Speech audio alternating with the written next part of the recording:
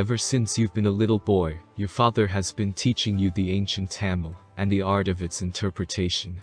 The course of your life is set.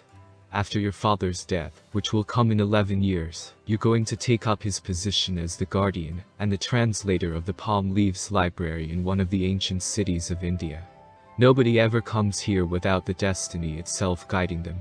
Whoever comes has their own set of palm leaves covered in tiny scripture thousands of years ago, waiting for them with the course of their lives, both this one and the past ones, written down in ancient Tamil. The first set of palm leaves you're offered to translate yourself by your father is your own. Your hands are trembling as he brings it from the depths of the library, and puts the leaves rendered silver by time in front of you. You sweep off the dust with the tips of your fingers, and trace the miniature letters, whispering the words you read to yourself. And as you put them together in your mind and start to understand their meaning, a phrase after a phrase, a cold shiver runs down your spine, and as you read you're getting colder and colder, because your past lives, all 17 of them, but the first, all end in tragedy and bloody premature deaths. You can feel your karma weighing you down, more and more with every word you read. There is a man who's been your demise since ever, you realize, and as you put the ancient leaves away, letting your father take them back, you're certain you're going to meet him in this life as well. You wait the years remaining to your father's death in silence, refusing to think about what you have seen on your leaves, and hiding the insecurity behind a brilliant smile. And only after your father's death, you close the door of the library one day and head throughout the city towards the temple, where an old ascetic who knows the future lives. He asks you to play sitar for him and smiles happily, exposing his toothless gums, while absorbing the melody of the utmost beauty. It's evening by the time he asks what you have come for. And you ask about him, the man who's accompanied you throughout all your past lives. The elder stops smiling, and whispers wistfully how a man like you, so brilliant and talented, and kind and an artist by heart, is cursed with a fate like this. And your eyes get darker than usual. Will he come this time around? You ask.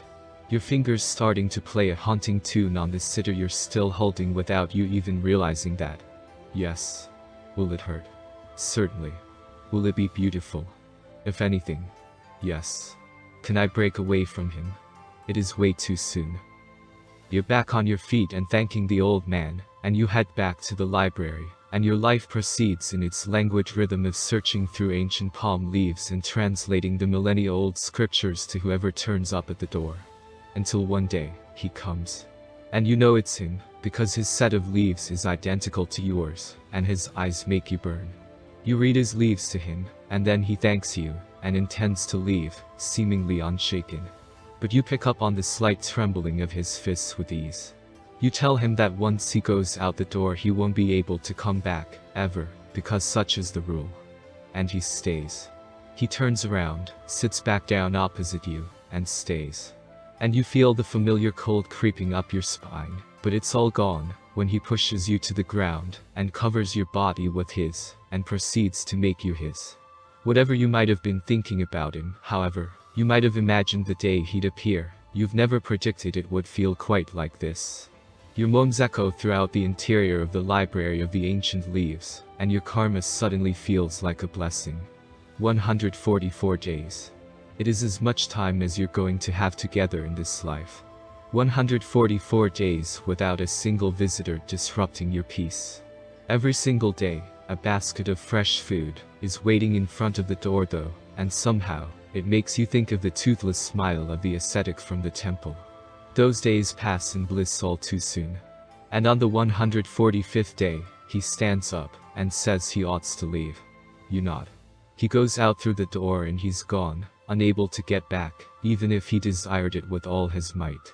Your life without him is so dull it seems your vision has turned to black and white, and you proceed, only because of the obligations you have towards the library. You marry a woman who's been promised to you ever since her birth, you raise your son, and learn him to read the leaves and play sitar.